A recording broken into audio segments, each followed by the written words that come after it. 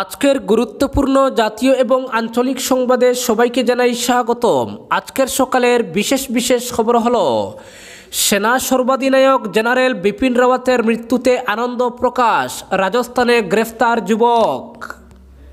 NRC বিলম্বে চাপ তরুণ গগৈর, অস্বীকার গৌরবের, কার্যকরী করছে না বর্তমান সরকার, দেরি করাতে চেয়েছিল কংগ্রেস সরকারও।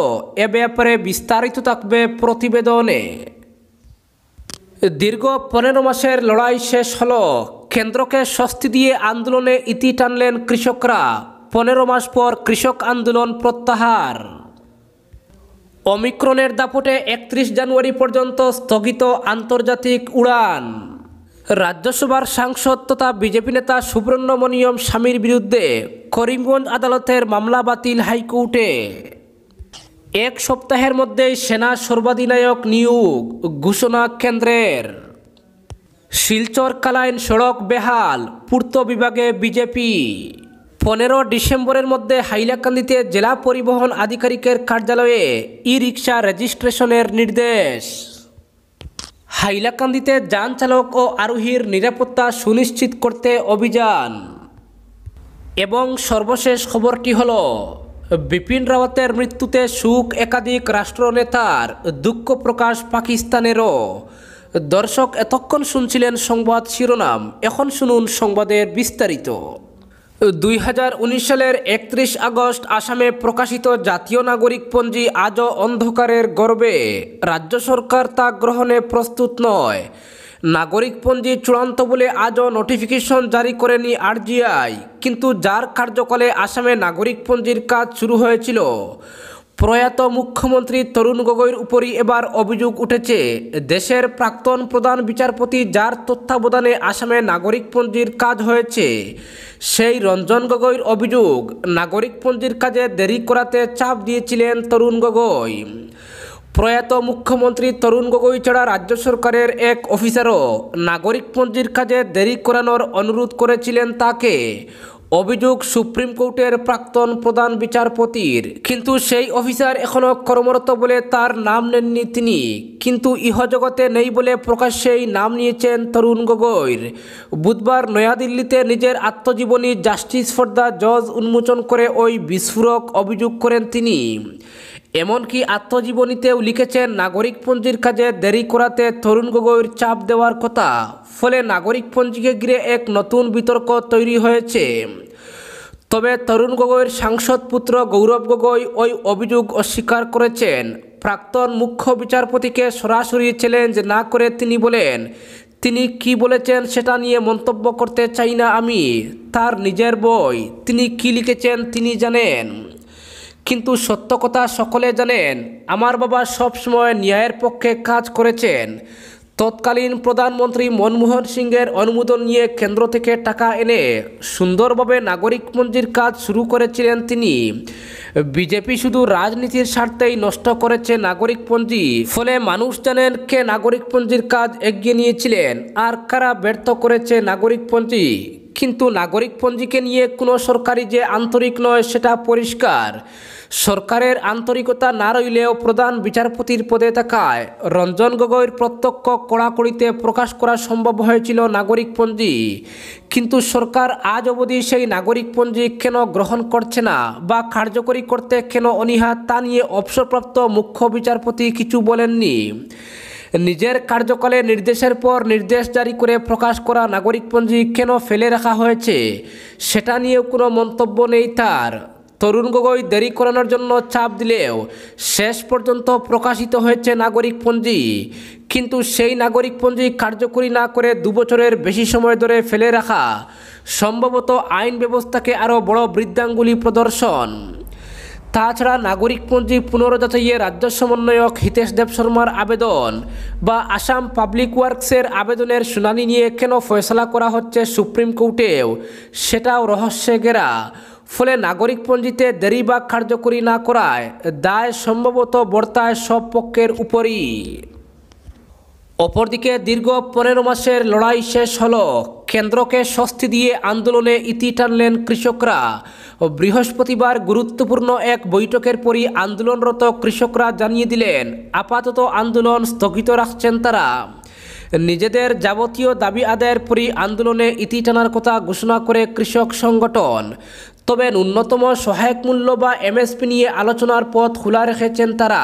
আন্দোলনে ইতি টানলেও এদিন কৃষক সংগঠনের পক্ষ থেকে জানানো হয়েছে 15 জানুয়ারি একটি পর্যালোচনা সভা করা হবে। যদি সরকার তাদের প্রতিশ্রুতি পূরণ না করে তাহলে ফের আন্দোলন শুরু করতে পারেন তারা। বিতর্কিত কৃষি বিলের বিরুদ্ধে গত 1 বছরের বেশি সময় ধরে আন্দোলন চালিয়ে যাচ্ছেন কৃষকরা। পাঞ্জাব সহ বেশ কয়েকটি রাজ্য থেকে কৃষকরা রাজধানীর বুকে এই আন্দোলন শুরু করেন। যদিও সম্প্রতি বিতর্কিত কৃষক আইন তুলে নেয় কেন্দ্র, কিন্তু এরপরেও তাদের আন্দোলন চলতে থাকে। তবে অবশেষে দীর্ঘ 378 দিনের লড়াই শেষ হলো। এদিন কৃষক নেতা গুরুনাম সিং চার্নি জানান, কেন্দ্র আমাদের সমস্ত দাবি মেনে নিতে রাজি হয়েছে, আর সেই কারণেই এই আন্দোলন তুলে নেওয়ার সিদ্ধান্ত। একই সঙ্গে কেন্দ্রকে কার্যত সাবধান বানিয়ে দিয়েছেন ওই গুরুনাম।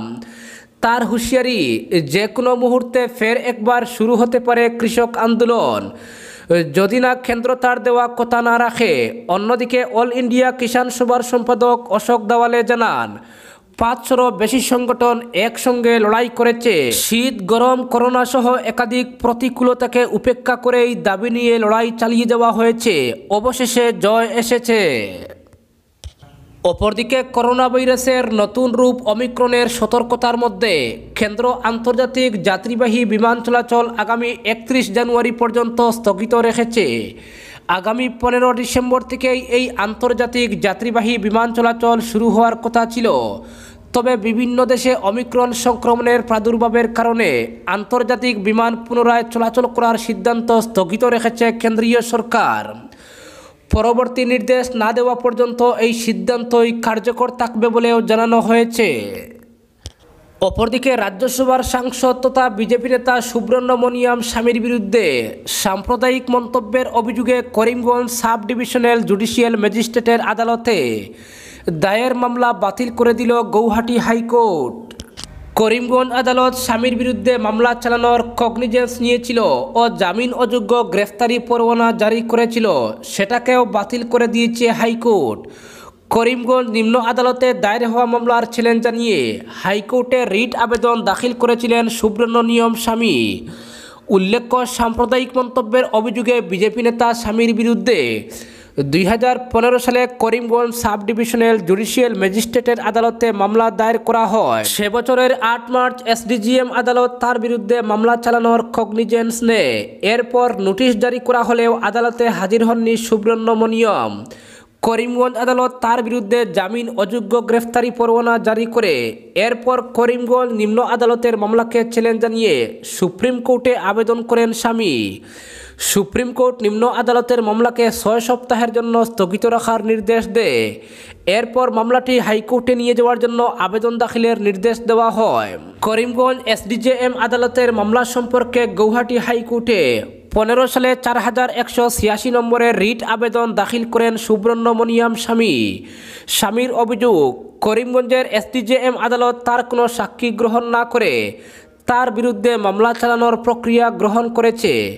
শেষ পর্যন্ত আদালত পক্ষে ও বিপক্ষের যাবতীয় শুনানি শেষে স্বামীর বিরুদ্ধে দায়ের হওয়া মামলা বাতিল করে দিয়েছে। অপরদিকে শিলচর কালাইন সড়কের শিববাড়ি রায়গড় মণিপুরি বস্তি অংশ ফের ভয়ঙ্কর রূপ ধারণ করেছে। কয়েক মাস আগে ওই অংশ মরণ ফাঁদে পরিণত হয়েছিল। রাস্তার উপর সৃষ্টি হয়েছিল পুকুরসম গর্ত। তখন গণদাবি মেনে সড়কটিকে চলাচলের উপযোগী করেছিল পূর্ত বিভাগ, কিন্তু 3 মাসের মাথায় শিববাড়ি থেকে প্রায় 1.5 কিলোমিটার অংশ ফের বেহাল হয়ে পড়ায় ও বৃহস্পতিবার পূর্ত বিভাগের দ্বারস্থ হয়েছে স্থানীয় বিজেপি নেতৃবৃন্দ। এদিন পূর্ত বিভাগের বাস্তুকার বি.আর. চক্রবর্তীর সঙ্গে দেখা করেন বিজেপির শিলচর ব্লক কমিটির উপসভাপতি বিপ্লব চক্রবর্তী, বিজেপি কর্মী পার্থপ্রতিম চক্রবর্তী, মানস চক্রবর্তী ও সন্তোষ সিংহ। তারা শীঘ্রই সড়ক মেরামত করে দিতে পূর্তকর্তার কাছে জোরালো দাবি জানান। পাশাপাশি দুলজোড়ে নাগরিকদের নাকাল হওয়ার বিষয়টিও তুলে ধরেন। বিজেপির প্রতিনিধি দলে অন্যদের মধ্যে ছিলেন উমানন্দ সিংহ, পঙ্কজ গোস্বামী, মিন্টু কান্তি দাস, মানিক চক্রবর্তী, অলোক চক্রবর্তী, কল্লোল চক্রবর্তী। তারা সড়ক সংস্কার ও ধুলো সমস্যা সমাধানের দাবি জানিয়ে এক স্মারকপত্র পেশ করেন বিভাগীয় বাস্তুকারের কাছে। স্মারকপত্রে স্বাক্ষর করেন বিজেপির ব্লক মণ্ডল সভাপতি শ্যামলকান্তি দেব। বিজেপির কর্মকর্তারা পরে সংবাদ মাধ্যমের মুখোমুখি হয়ে বলেন, শিলচর কালাইন সড়কের 0 পয়েন্ট থেকে প্রায় 2 কিলোমিটার অংশের ভগ্নদশা নাগরিকদের ঝুঁকির মধ্যে ফেলে দিয়েছে। দুর্ঘটনা ঘটছে অহরহ। রায়গড় ও মণিপুরি বস্তির সামনে সড়কে বড় বড় গর্তের সৃষ্টি হয়েছে। বৃষ্টি দিলে গর্ত পুকুরের আকার ধারণ করে। এছাড়া ধুলোর জল নিত্যসঙ্গী। এতে শ্বাসকষ্টের সমস্যায় ভুগছেন অনেকে। ফলে অবিলম্বে সড়ক সংস্কার না হলে মানুষ আন্দোলনের পথে পা বাড়াতে পারেন বলে জানান তারা।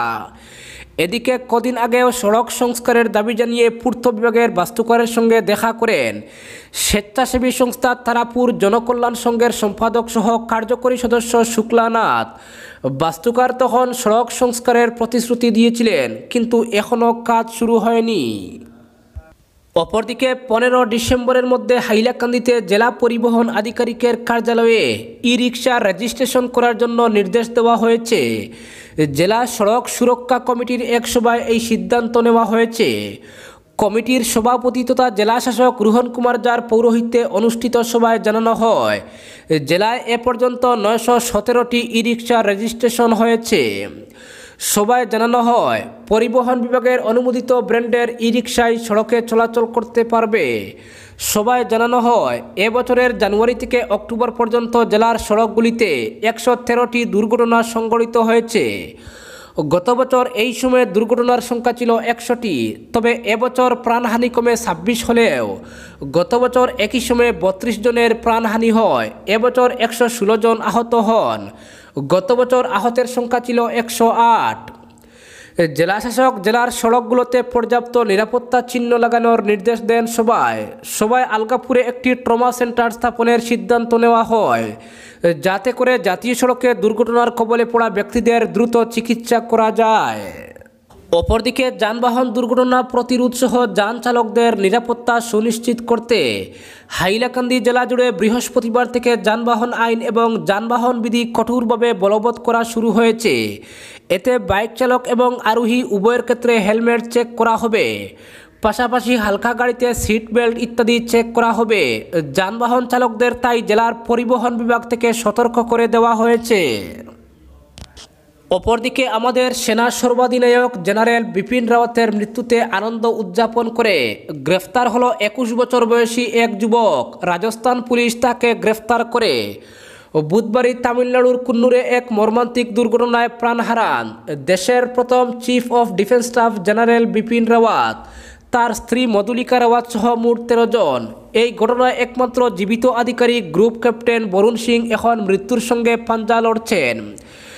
বিপিন রাওয়াত সহ মোট 13 জনের মৃত্যুতে শোকে ডুবেছিল গোটা ভারত। তবে কিছু মানুষ বিপিন রাওয়াতের মৃত্যুতেও আনন্দ উদযাপন করতে ব্যস্ত ছিল।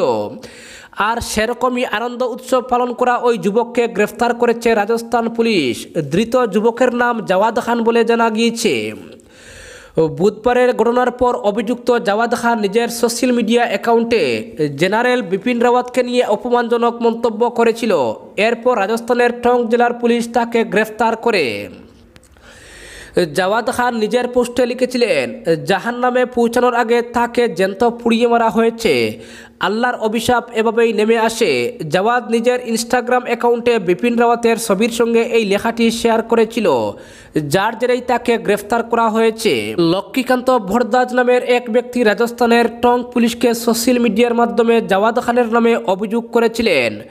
ভরদ্বাজের অভিযোগের ভিত্তিতেই জাওয়াদকে গ্রেফতার করে টঙ্ক পুলিশ সোশ্যাল মিডিয়াতেই জানায়, অশালীন মন্তব্যকারী ব্যক্তি জাওয়াদ খানকে গ্রেফতার করা হয়েছে। তার বিরুদ্ধে কঠোর আইনানুগ ব্যবস্থা নেওয়া হবে। আজকের বিশেষ সংবাদ এখানেই সমাপ্ত।